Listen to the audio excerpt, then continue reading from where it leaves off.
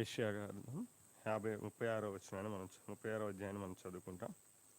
హిజ్కియా రాజు యొక్క 14వ సంవత్సరమున అష్షూరు రాజైన సన్హెరీబు యూదా దేశంలోని ప్రాకారము ప్రాకారము గల పట్టణములన్నింటి మీదికి వచ్చి వాటిని పట్టుకొనెను. అంతటా అష్షూరు రాజు రబ్షాకేను లాకీషు పట్టణం నుండి యెరూషలేము అందున్న రాజైన హిజ్కియా మీదికి బహు గొప్ప సేనతో పంపెను.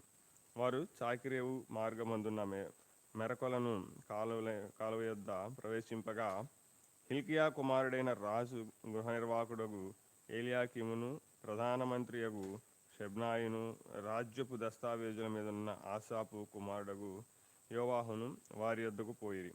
అప్పుడు రబ్షాకే వారితో ఇట్లన్ను, ఈ మాట హిజ్కియాతో తెలియజెప్పుడి, మహారాజైన అష్షూరు రాజు సెలవిచ్చినదేమనగా, నీవు ఇలాగు చెప్పవలెను, నీవు నమ్ముకొను ఈ ఆశ్రయాస్పదుడు ఏపాటి ప్రయోజనకారి. యుద్ధ విషయంలో నీ యోచనయు నీ బలమును వట్టి మాటలే. ఎవని నమ్ముకొని నా మీద తిరుగుబాటు చేయుచున్నావు? నలిగిన రెల్లు వంటి ఈ ఐగుప్తును నీవు నమ్ముకొనుచున్నావు గదా. ఒకడు దాని మీద ఆనుకున్న ఎడల అది వాని చేతికి గుచ్చుకొని దూసిపోవును. ఐగుప్తు రాజైన ఫరో అతని నమ్ముకుని వారికి అందరికీ అట్టివాడే. మా దేవుడైన యెహోవాను మేము నమ్ముకొనుచున్నామని మీరు నాతో చెప్పుదురేమో. సరే, యెరూషలేమందున్న ఈ బలిపీఠం నదు మాత్రమే మీరు నమస్కారము చేయవలని యూదా వారికిని యెరూషలేము వారికిని ఆజ్ఞ ఇచ్చి, హిజ్కియా ఎవని ఉన్నత స్థలములను బలిపీఠములను పడగొట్టినో అతడే కదా యెహోవా. కావున చిత్తగించి అష్షూరు రాజైన నా ఏలిన వానితో పందెము వేయుము. 2000 గుర్రముల మీద రౌతులను ఎక్కించుటకు నీకు శక్తి ఉన్న ఎడల నేను వాటిని నీకు ఇచ్చేదను. లేని ఎడల నా యజమానిని సేవకులలో అత్యల్పుడైన అధిపతియగు ఒకని నీవేలాగు ఎదిరింతువు? రథములను రౌతులను పంపునని ఐగుప్తు రాజును నీవు ఆశ్రయించుకొంటివే. యెహోవా సెలవు నందకయే ఈ దేశమును పాడు చేయుటకు నేను వచ్చితినా? లేదు, ఆ దేశము మీదికి పోయి దాన్ని పాడు చేయుమని యెహోవా నాకు ఆజ్ఞ ఇచ్చెను. ఎలియాకీము, షెబ్నా, యోవాహు అనివారు, చిత్తగించుము, నీ దాసులమైన మాకు అరాము భాష తెలియను కనుక దానితో మాట్లాడుము.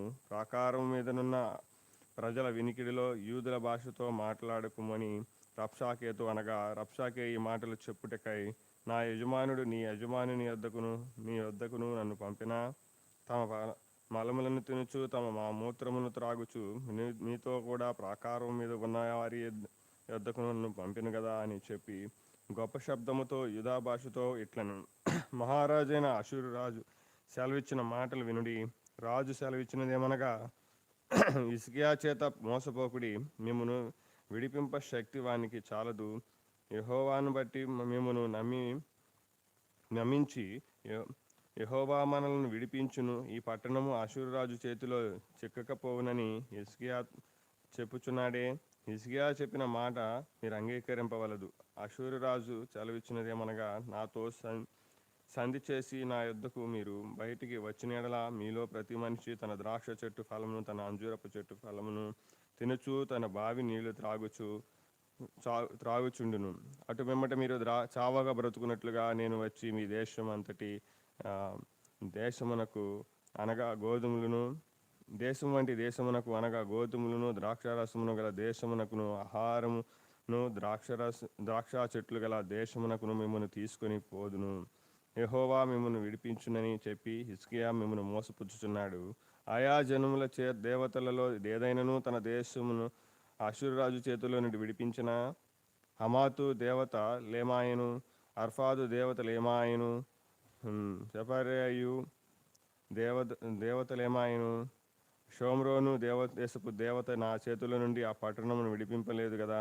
యెహోవా నా చేతిలో నుండి యెరూషలేమును విడిపించునటకు ఈ దేశముల దేవతలలో ఏదైనా తన దేశమును నా చేతిలో నుండి విడిపించినది కలదా?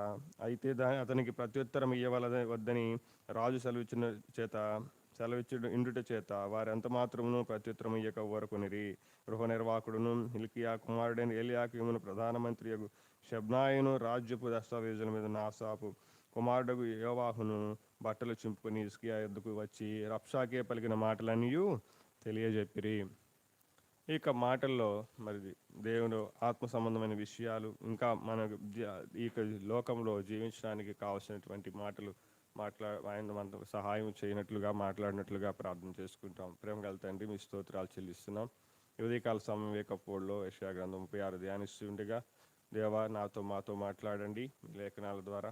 దేవా బాలహీనను జ్ఞాపకం చేసుకుని పరలోకం నుండి మరి నాయన ఆత్మ సంబంధ విషయాలు మాకు అనుగ్రహించమని మమ్మల్ని అప్పగించుకుంటూ మా ప్రభువును రక్షకుడైన యేసుక్రీస్తు వారి శేషమైన నామములో మీ సహాయం కొరకు అడిగి పెట్టుకుంటున్నాము తండ్రి, ఆమేన్.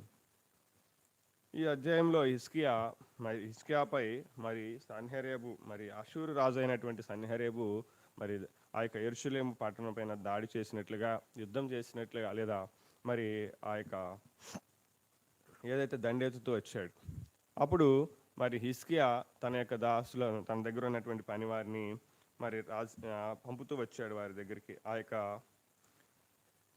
మరి అషూరు రాజు దగ్గర ఉండేటువంటి ఆ సైన్యాధిపతి మరి దగ్గరికి మరి హిజ్కియా తన యొక్క హిజ్కియా కుమారుడైన రాజు గృహ నిర్వాహకుడు ఎలియాకీమును, హిజ్కియా కుమారుల్లో ఒకడు మరి గృహ నిర్వాహకుడుగా ఉన్నటువంటి ఎలియాకీమును, ఆ యొక్క ప్రధానమంత్రి షెబ్నాయును, రాజు దస్తావేజుల మీద నాసాబు కుమారుడైన యోవాహును కూడా మరి వారి దగ్గరికి పంపించాడు.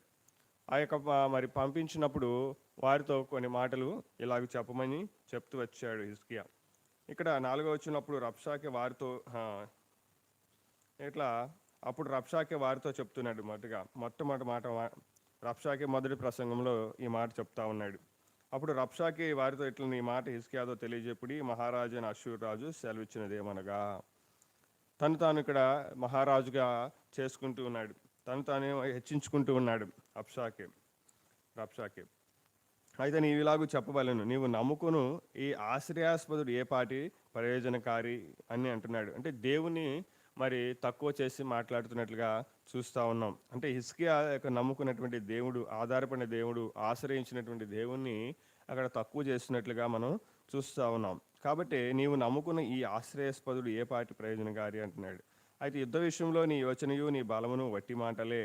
అంటే నీవు యుద్ధ విషయంలో నీకున్నటువంటి బలము కానీ నీ ఆలోచనలు కానీ ఇవన్నీ కూడా ఒట్టివే, అవి శక్తి లేనివే, పసలేనివే అని ఎగతాళి చేస్తున్నట్లుగా లేదా తక్కువ చేస్తున్నట్లుగా మాట్లాడుతూ ఉన్నాడు. అయితే ఎవరిని నమ్ముకొని నా మీద తిరుగుబాటు చేయుచున్నావు అంటే, నువ్వు ఎవరిని నమ్మి నా మీద తిరుగుబాటు చేస్తున్నావు, నువ్వు ఎవరిని ఆధారపడ్డావు, ఎవరి మీద ఆధారపడ్డావు, ఎవరు నీ బలము, ఎవరు నీ శక్తి అని మరి అలా నా మీద తిరుగుబాటు చేస్తున్నావని చెప్తూ, నలిగిన రెల్లు వంటి ఈ ఐగుప్తును నీవు నమ్ముకొనుచున్నావు కదా, ఒకడు దాని మీద ఆనుకున్న ఎడల అది వాని చేతికి గుచ్చుకొని దూసిపోవును. ఐగుప్తు రాజైన ఫరో అతను నమ్ముకుని వారికి అందరికీ కూడా అట్టివాడే. అంటే నలిగిన రెల్లు ఎలాగుంటుందంటే శక్తి లేనిదిగా ఉంటుంది, బలహీనంగా ఉంటుంది. అది ఎండిపోయిందిగా ఉండి అది గాలి చేత చెదరగొట్టబడినప్పుడు అది వంగిపోయి పడిపోయేదిగా ఉంటూ ఉంటుంది. అలాగే ఈ ఐగుప్తు యొక్క రాజు కూడా తన యొక్క బలం కూడా అటువంటిదే. అయితే కాబట్టి ఐగుప్తు రాజును నమ్ముకున్న వాళ్ళందరూ కూడా అట్టివారే. కాబట్టి మీరు నమ్ముకున్నటువంటి దేవుడు కూడా అలాంటి వాడే అన్నట్లుగా మాట్లాడుతూ ఉన్నాడు. అంటే దేవుని ఎంతో తక్కువ చేసి దేవుని యొక్క శక్తిని ఎరగనటువంటి వాడుగా ఉన్నాడు. అంటే అతనికి అన్యుడు కాబట్టి, అన్యరాజు కాబట్టి అతనికి దేవుని గురించినటువంటి విషయాలు తెలియనట్లుగానే మాట్లాడుతూ ఉన్నాడు. అలాగూ మరి ఎంతో చులకనగా మరి హిజ్కియా గురించి, దేవుని గురించి మాట్లాడుతూ ఉన్నాడు. అయితే మా దేవుడైన యెహోవా, ఇక్కడ 7వ వచనంలో మా దేవుడైన యెహోవాను మేము నమ్ముకొనుచున్నామని మీరు నాతో చెప్పుదురేమో సరే, యెరూషలేమందున ఈ బలిపీఠం వద్ద మాత్రం మీరు నమస్కారము చేయవనని యూదా వారికి, యెరూషలేము వారికి ఆజ్ఞ ఇచ్చి, హిజ్కియా ఎవరి ఉన్నత స్థలంలో బలిపీఠం పడగొట్టిన అతడే కదా యెహోవా అంటే, దేవుడు మరి హిజ్కియా ద్వారా ఆ యొక్క యెరూషలేములో ఉన్నటువంటి ఆ దేవతా స్తంభములన్నింటిని కూడా మరి ఆ యొక్క బలిపీఠములన్నింటిని కూడా పడగొడుతూ వచ్చాడు. కాబట్టి దేవుని యొద్ద మాత్రమే విచారణ చేయాలి, లేదా దేవుని యొద్ద ప్రార్థన చేయాలి, ఆయన మీద ఆధారపడాలని అక్కడ హిజ్కియా ద్వారా మరి దేవుడు జరిగించిన పనిని ఫలితంగా ఇక్కడ ఆ యొక్క సంఘటన జరిగిన దాన్ని బట్టి ఇక్కడ చెప్తున్నాడు. మరి ఆ కావున చిత్తగించి అషూరు రాజన్న ఏలిన మనతో పందెం వేయము, 2000 గుర్రముల మీద రౌతులను ఎక్కించుటకు నీకు శక్తి ఉన్న ఎడల నేను వాటిని నీకు ఇచ్చేదను, లేని ఎడల నా యజమాని సేవకులలో అత్యల్పుడైన అధిపతియగు ఒకని నీవేలాగూ ఎదురింతువు. రథములను రౌతులను పంపునని ఐగుప్తు రాజు నీవు ఆశ్రయించుకుంటివే. అంటే ఇక రథములను గుర్రాలను రౌతులను వాళ్ళని పంపించడానికి ఐగుప్తు మీద ఆధారపడ్డావు కదా. మరి వారు ఆ, అంటే నీకు బలం ఉన్న ఎడల, నీకు నీ దగ్గర మరి సైన్యం ఉన్న ఎడల నేను గుర్రాలను పంపిస్తాను, వాటి మీద మీరు ఆ యొక్క రౌతులను ఎక్కించగలిగితే నీకు ఆ శక్తి ఉన్న ఎడల మరి నేను నీకు ఇచ్చేదను. లేని ఎడల నా యజమాని సేవకులు అంటే మరి యొక్క శత్రువు యొక్క సైన్యంలో ఏ ఒక్కరిని అల్పుడైన వాడిని కూడా నువ్వు జయించలేవు, నీకు శక్తి లేదు, నువ్వు బలహీనుడవి అని చెప్తూ ఉన్నాడు. అక్కడ మరి రాజు యొక్క బలమును గురించి, తన యొక్క బలహీనతను గురించి, తనలో ఉన్నటువంటి లోపాను లేదా ఆ యొక్క యుద్ధం చేయడానికి ఆ యొక్క సిద్ధపడే విషయంలో మరి లోకమంతా కూడా యుద్ధానికి వెళ్ళేటప్పుడు ఎంతో గొప్ప సైన్యాన్ని మరి గుర్రాలు రౌతులు అవన్నీ కూడా కలిగి ఉంటాయి. అయితే ఇక్కడ హిజ్కియా అవేమీ కూడా లేకపోవటాన్ని బట్టి మరి ఆ యొక్క శత్రువు చేతుల మాట విమర్శింపబడుతూ ఉంటూ ఉన్నాడు. ఆ రీతిగా ఎగతాళి చేయబడిన వాడిగా, తక్కువ చేయబడిన వాడిగా ఉంటూ ఉన్నాడు. అట్లా పందెం వేయము ఇక్కడ లేని ఎడల నా యజమాని సేవకులలో అత్యల్పుడైన అధిపతి ఒకరిని నీవు ఎలాగూ ఎదిరింతువు అంటున్నాడు.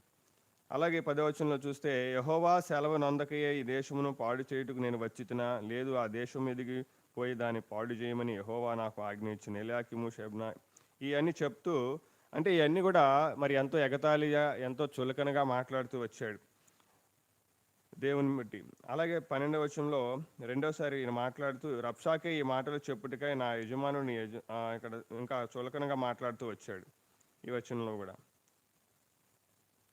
అలాగే అన్య భాషతో మాట్లాడుతున్నప్పుడు వారు అడిగారు, మరి యొక్క అందరికీ ఎరిగినటువంటి భాషలో మీరు మాట్లాడాలని అతన్ని వేడుకుంటూ వచ్చారు.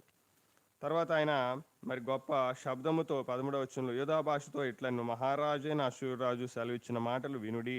రాజు సెలవిచ్చినది ఏమనగా, అంటే హిజ్కియా ఒక రాజు అని కూడా ఆయన గుర్తించగా తనే మహారాజుగా తను హెచ్చించుకుంటూ ఇక్కడ గణపరుచుకుంటూ ఉంటూ ఉన్నాడు. అలాగే ఇక్కడ హిజ్కియాను గురించి హితబోధ చేస్తూ ఉన్నాడు. హిజ్కియా చేత మోసపోకుడి, మిమ్మును విడిపింప శక్తి వానికి చాలదు. మీరు హిజ్కియా నమ్ముకుంటున్నారు కదా, మీరు నమ్ముకుంటే మీరు ఆ యొక్క మీ దేశం అంతా కూడా మరి అన్య దేశానికి అప్పగింపబడుతుంది. కాబట్టి ఆయన మీరు నమ్ముకోకాకండి, ఆయన మీద మీరు ఆధారపడమాకండి, ఆయన వెంబడించకండి అంటున్నారనమాట. తన యొక్క ప్రజలతో మరి ఆ యొక్క హిజ్కియా పంపబడినటువంటి మనుషులతో చెప్తున్న మాట, హిజ్కియా చేత మోసపోకుడి, మిమ్మను విడిపింప శక్తి వానికి చాలదు అంటున్నాడు. యెహోవాను బట్టి మిమ్మల్ని నమ్మించి యెహోవా వలన విడిపించును, ఈ పట్టణము అష్షూరు రాజు చేతిలో చెక్కకపోవునని హిజ్కియా చెప్తూ ఉన్నాడు. అంటే ఆయన నమ్ముకోకండి, యెహోవా మరి మిమ్మల్ని విడిపించలేడు అని చెప్తా ఉన్నాడు. కాబట్టి హిజ్కియా చెప్తున్నాడు, ఆ మాట మీరు నమ్మవద్దు. హిజ్కియా చెప్పిన మాట మీరు అంగీకరింపవలదు. అష్షూరు రాజు సెలవిచ్చినది ఏమనగా, నాతో సంధి చేసి, అంటే ఆయన మాట మీరు వినొద్దు కానీ నాతో మీరు సంధి చేసుకున్నట్లయితే అని ఇక్కడ లోకపు ఆశ చూపించడానికి చూస్తూ ఉన్నాడు. అందుకని ఇక్కడ మాట్లాడుతున్న మాట ఏంటంటే, అష్షూరు రాజు సెలవిచ్చినది ఏమగా, నాతో సంధి చేసి నా యుద్ధకు మీరు బయటికి వచ్చిన ఎడల మీలో ప్రతి మనిషి తన ద్రాక్ష చెట్టు ఫలములను తన అంజూరపు చెట్టును ఫలమును తినుచు తన బావి నీళ్లు త్రాగుచుండును. అంటే మీరు ఒకవేళ కనుక మీ రాజు మాట వినకుండా నాతో సంధి చేసుకునేలా మీరు ఆ యొక్క ద్రాక్ష చెట్టు ఫలములు అంజూరపు చెట్టు ఫలములు మీరు తినుచు బావి నీళ్లు త్రాగుచు మీరు క్షేమంగా ఉంటారు. అట్లా మీరు అటుపెమ్మట మీరు చావక బ్రతుకున్నట్లు నేను వచ్చి మీ దేశం వంటి దేశమునకు అనగా గోధుమలను ద్రాక్షారసము గల దేశమునకును ఆహారము ద్రాక్ష చెట్లు గల దేశమునకు మేము తీసుకొని పోదును అని చెప్తా ఉన్నాడు. అంటే ఇక శారీరక సంబంధంగా వారిని ఆకర్షించడానికి ప్రయత్నిస్తున్నాడు. వారిని ఆ యొక్క హిజ్కియా మీద ఉన్నటువంటి లేదా దేవుని మీద ఉన్నటువంటి ఆ విశ్వాసం నుండి తొలగిపోవడానికి ఆశ చూపుతా ఉన్నాడు. కాబట్టి ఆఫర్స్ ఇస్తూ ఉన్నాడు. అయితే ఆయా జన్మల దేవతలలో ఏదైనాను తన దేశమును అష్షూరు రాజు చేతిలోని విడిపించిన, అంటే ఇంకా దేవుని గురించి మరి తులకనగా ఇక్కడ మాట్లాడుతున్నాడు. ఆయా జన్మల దేవతలో ఏదైనాను ఆ దేశమును అష్షూరు రాజు చేతిలో నుండి విడిపించిన, హమాతు దేవతలు ఏమాయను, అర్ఫాదు దేవతలు ఏమాయను, ఇక్కడ అన్ని దేవతలన్నీ కూడా మరి వారి రాజ్యాల నుండి వారు ఆ యొక్క ప్రజలను వారిని ఆ యొక్క దేశంలో విడిపించలేకపోయినాయి. కాబట్టి వారి వంటి వాడే మీ దేవుడు కూడా. కాబట్టి ఆ యొక్క మీరు నమ్ముకున్నటువంటి దేవుని వలన, యెహోవా వలన మీకేటి లాభం కలగదు. మీ దేశము మరి విడిపించబడదు, లేదా రక్షింపబడదు, కాపాడబడదు అని మరి చెప్తా ఉన్నాడు. కాబట్టి నేను గతంలో అన్ని దేశాలను నేను జయించాను. ఎన్నో మరి ఆ యొక్క యెరూషలేము చుట్టూ ఉన్నటువంటి ఎన్నో రాజ్యాలను మరి అతడు జయిస్తూ వచ్చాడు. కాబట్టి ఆ యొక్క అహంకారంతో, ఆ యొక్క గర్వంతో మాట్లాడుతున్నట్లుగా మనము చూస్తూ ఉన్నాం. కాబట్టి ఇక ఈ 20వ వచనంలో, యెహోవా నా చేతిలో నుండి యెరూషలేమును విడిపించుటకు ఈ దేశముల దేవతల్లో ఏదైనా తన దేశంలో నా చేతిలో నుండి విడిపించినది కలదా? అంటే మరి యెహోవా దేవుణ్ణి అన్య దేవతలతో పోల్చి చెప్పడం. ఇక్కడ అన్య దేవతలు శక్తిహీనవి, బలహీనమైనవి, మరి అవి అని మనం వింటూ ఉన్నాం. అలాగే యెహోవా కూడా మరి అటువంటి వాడే అని ఆ యొక్క దేవతలతో పోలుస్తూ ఉన్నాడు, పోల్చి చెప్తూ ఉన్నాడు. అయితే అతనికి ఇక్కడ యెహోవా నా చేతిలో నుండి యెరూషలేమును విడిపించుటకు ఈ దేవదేశములో దేవతల్లో ఏదైనా తన దేశమును నా చేతిలోనే విడిపించినది కలదా? అయితే అతనికి ప్రత్యుత్తరం ఇవ్వద్దని రాజు సెలవిచ్చిన ఇండుట చేత వారు ఎంత మాత్రమును ప్రత్యుత్తరం ఇయ్యక ఊరకొనిరి. ఇక్కడ హిజ్కియా చెప్తూ వచ్చాడు, మీరు అతని నా మాటలు అతనికి తెలియచేయండి, అతని మాటలు మరి మీరు విని రండి అన్నాడు. అయితే తనకేమీ కూడా మీరు ప్రత్యుత్తరం ఇవ్వద్దు అని చెప్తూ వచ్చాడు. కాబట్టి వారు కూడా మరి ఆ యొక్క రాజు పలికినటువంటి ఆ యొక్క మరి రబ్షాకే పలికినటువంటి మాటలకు ప్రత్యుత్తరం ఏమి ఇవ్వక మరి వారందరూ కూడా గృహ నిర్వాహకుడును హిల్కియా కుమారుని ఎలియాకిమును, ప్రధానమంత్రి షబ్నాయును, రాజ్యపు దస్తావేజులను ఆసాపు కుమారుడు ఏవాజును బట్టలు చింపుకొని హిజ్కియా యొద్దకు వచ్చి రబ్షాకే పలికిన మాటలన్నీ కూడా తెలియజేశారు. ఇక్కడ మరి మనం ఆత్మీయంగా నేర్చుకోవాల్సిన విషయాలు ఏమై అంటే, శత్రువు మన మీద దాడి చేసినప్పుడు ఎలాగూ మనం నడుచుకోవాలి అనే విషయంలో మరి చివరిగా వారు ప్రవర్తించినటువంటి ప్రవర్తన విధానాన్ని మనం కూడా అనుసరించాలి. చాలాసార్లు మనం కూడా ఆత్మీయ యాత్రలో ఉన్నప్పుడు మన మీద శత్రువు దాడి చేసేవాడుగా ఉంటాడు. దాడి చేసి మనల్ని బలహీనపరచాలని మన యొక్క బలహీనతను ఎత్తి చూపించేవాడుగా ఉంటాడు. చాలాసార్లు మన యొక్క ఏదైతే మరి లోపాలు ఏవైతే ఉన్నాయో ఆత్మీయ విషయాల్లో కానీ, శారీరక విషయాల్లో కానీ ఎప్పుడు కూడా మనల్ని శారీరకంగా వాడు శోధించేవాడుగా ఉంటాడు. కాబట్టి ఆ యొక్క లోపాలను బట్టి మరి తనపైన ఆధారపడేలాగా చేసుకుంటాడు. అందుకని యేసుక్రీస్తు ప్రభు వారు కూడా మత్తయి సువార్తలో మనం చూస్తాం. ఆయన యొక్క 40 దినాలు మరి ఉపవాసం ఉన్నప్పుడు ఆ యొక్క బాప్తిసంలో సాక్ష్యం ఇచ్చినప్పుడు తర్వాత మరి అపవాది యేసుక్రీస్తు ప్రభువాన్ని శోధిస్తూ వచ్చాడు. అలాగూ మనం కూడా శోధించబడే వారంగా ఉంటాం. ఇక్కడ రాజు కూడా మరి హిజ్కియా దేవుని మీద ఆధారపడినప్పుడు మరి ఆ యొక్క అతని మీదకి ఎలాగో దండెత్తి వచ్చాడో అలాగే మన మీద కూడా ఈ లోకంలో సద్భక్తితో జీవించిన వాడు మరి సద్భక్తితో జీవింపబడిన వాడు ఏమవుతాడంట, హింసింపబడతాడు. నీతిమంతుని కలుగు ఆపదలు అనేకములు అయినను వాటన్నింటినీ దేవుడు విడిపించేవాడుగా ఉంటాడు. కాబట్టి ఇక్కడ మనం నీతిగా బ్రతకాలి అనుకున్నప్పుడు ఎందరో మనల్ని మరి ఈ రీతిగా మన మీద దాడి చేసేవారుగా ఉంటారు. లేదా అపవాది కూడా మన మీద మరి గర్జించు సింహంలాగా దాడి చేసేవాడిగా ఉంటాడు.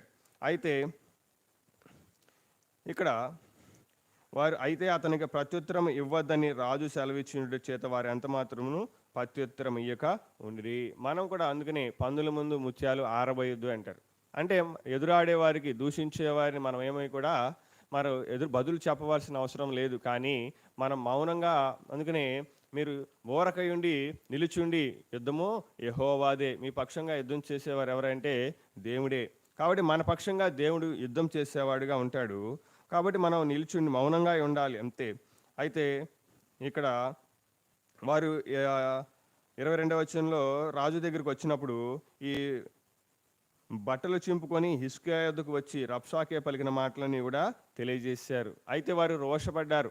వారికి రోషం కలుగుతూ వచ్చిందనమాట. దేవుని బట్టి, దేవుని ఎంతో చులకనగా అవమానకరంగా మాట్లాడుతూ వచ్చినప్పుడు వారు ఎంతో రోషపడ్డారు. అయినప్పటికీ కూడా ఆ యొక్క రోషాన్ని, ఆ ఉగ్రతను వారి మీద చూపించలేదు. కానీ రాజు మాటకు విధేయులుగా ఉండి రాజు చెప్పినట్లుగా వారు చేస్తూ వచ్చారు. అక్కడ నమ్మకంగా ఉంటూ వచ్చారు.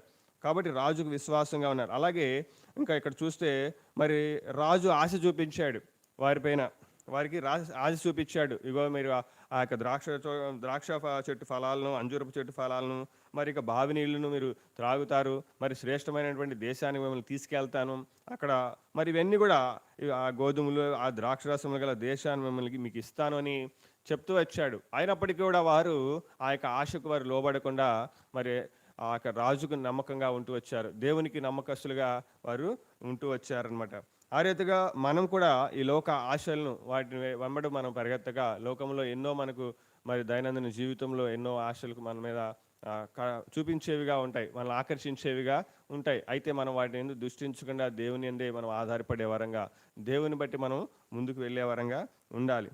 కాబట్టి ఇక్కడ ఆ యొక్క విశ్వాసం విషయంలో వారు ఎక్కడ కూడా మరి తప్పిపోలేదు. కాబట్టి ఆ పోరాటంలో, ఆ యుద్ధంలో మరి దేవుని యొక్క చిత్తం నెరవేర్చబడడానికి వారు కూడా అక్కడ మరి నిలిచి ఉన్నారు. అలాగే మనం కూడా మన యొక్క దైనందిన జీవితంలో మరి వచ్చేటువంటి ప్రతి పోరాటం, ప్రతి యుద్ధాన్ని మరి దేవుని మీద ఆధారపడి మనం ముందుకు వెళ్ళాలి. జయించగలిగే వరంగా మనం ఉండాలి. అన్ని భాషలు, అన్ని స్వరాలు ఎన్నో వినపడతాయి. మనల్ని బలహీనపరిచేటువంటి స్వరాలు ఎన్నో ఉంటాయి. మీకు దేవుని నమ్ముకోవడం వల్ల మీకు ఏమీ లాభం కలగదని చాలాసార్లు మనతో మాట్లాడుతుంటారు. కాబట్టి మనం ఆ షడ్రక్, మేషక్, అబేద్నెగోలు మనం తలుచుకున్నట్లయితే, మరి వారిని ఆలోచించినటువంటి విషయం ఆలోచన చేయగలిగినట్లయితే వారు చెప్తారు, అగ్నిగుండంలో పడవేయబడినప్పుడు మరి మా దేవుడు విడిపించడానికి శక్తి కలిగిన వాడు. అయినప్పటికీ కూడా ఒకవేళ విడిపింపకపోయినప్పటికీ కూడా ఆయనే మాకు దేవుడు, ఆయనే మేము వెంబడిస్తాము, ఆయనే మాకు అని చెప్తూ వచ్చాడు. అలాగే మనం కూడా విశ్వాసంతో మన శ్రమల్లో, ఇరుకులో, ఇబ్బందులు, పోరాటాల్లో, మరి యుద్ధాల్లో మనం ఆయన పైన ఆధారపడుతూ ముందుకు సాగే వరంగా ఉండాలి. ఈ విషయాలు మరి దేవుడు దీవించునుగాక. కొద్ది మాటలను బట్టి ప్రార్థన చేసుకుంటాం.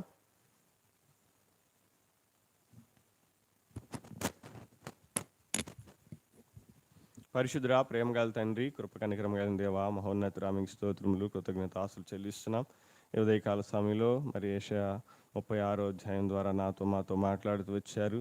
అందుని బట్టి స్తుతిస్తూ కృతజ్ఞత ఆశలు చెల్లిస్తున్నాను. హిజ్కియా ఏ రీతిగా అష్షూరు రాజు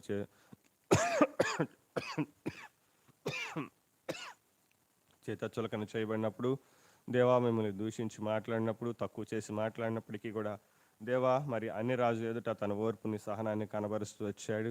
ఆ రీతిగా తర్వాత దినాల్లో తను ఎంతో మరి జయాన్ని పొందినట్లుగా మీ మీద ఆధారపడిన వాడిగా ఉంటున్నట్లుగా చూస్తూ వచ్చాం. ఆ రీతిగా మేము కూడా నాయన మరి మా యొక్క జీవితంలో నిలిచుండి మేము నీ వైపు చూచిన ఎడల, మౌనంగా ఉన్న ఎడల దేవా శత్రుపై మాకు జయం కలుగుతుంది. కాబట్టి అయితే దేవా మరి ఆ రీతిగా ఈ యొక్క లోకయాత్రలో మేము కూడా ఎన్నో పోరాటాలు, యుద్ధాలు మరి మేము ఎదుర్కొంటున్నప్పుడు మేము కూడా ఆ యొక్క హిజ్కియా తను వెంబడించినటువంటి వారు నడుచుకున్న రీతిగా మేము కూడా మౌనంగా నీ వైపు చూస్తూ యుద్ధము యెహోవాదే అని చెప్పి నీ పైన భారం వేసి ముందుకు సాగే వారంగా ఉండటానికి సహాయం దయచేయండి. అలాగూ తండ్రి మేము కూడా మా యొక్క యజమానులుగా ఉన్నవారికి దేవా మేము నమ్మకంగా ఉండటానికి సహాయం చేయండి. ఆ యొక్క దాన్ని తండ్రి రాజు చెప్పినట్లుగా మరి దేవా మరి తను పంపబడినటువంటి వారు ఏ రీతిగా మరి నమ్మకంగా ఉంటూ వచ్చారో మరి అలాగ ప్రవర్తించడానికి మాకును సహాయం దయచేయండి. ఆ రీతిగా మరి మీరే ఆ శక్తి, బలమును, జ్ఞానం మాకు దయచేయండి. ఆన్లైన్లో ఏకీభవిస్తున్న వారికి కూడా మీరే నేను మీ సిద్ధపరచుకున్నామని నీ ప్రియమైన హస్తాలకు అప్పగించుకుంటూ ముందున్న సమయంతో ఆశీర్వాదకరంగా ఉంచుకొని ఈ సమయంలో బలహీనైన వారిని బలపరచండి, అనారోగ్యపరచులో ఉన్న వారిని స్వస్థపరచమని ప్రార్థిస్తున్నాం. మీద ఆశీర్ పరిచయ నిమిత్తం మరి ఆయన మరి అనంతపుర ప్రాంతానికి వెళ్ళి ఉంటుండగా దాసుని అభిషేకించి బలమైన సాధనంగా అక్కడ వాడుకోనండి. మరి నాయన అక్కడ గడిపే సమయంతో ఆశీర్వాదకరంగా ఉంచండి. ఎక్కడెక్కడ వెళ్తున్నారు అక్కడ దేవా మరి మీ యొక్క మాటలు దయచేసి ఆత్మ సంబంధ మేలు అనుగ్రహించమని ప్రయాసాలకు అప్పగిస్తూ తిరిగి వచ్చి ప్రాంతం మీ కృపాక్షేమం దయచేయమని మరి ముందున్న సమయంతో అక్కడ ఆశీర్వాదకరంగా ఉంచగలని మా ప్రభువును ప్రియరక్షకుడైన యేసుక్రీస్తు ప్రభు వారి శేషమైన నామములో స్తుతించి ప్రార్థించి మీకు అప్పగించి వేడుకుంటున్నాము తండ్రి. ఆమేన్. అందరికీ వందనాలు. Praise lord.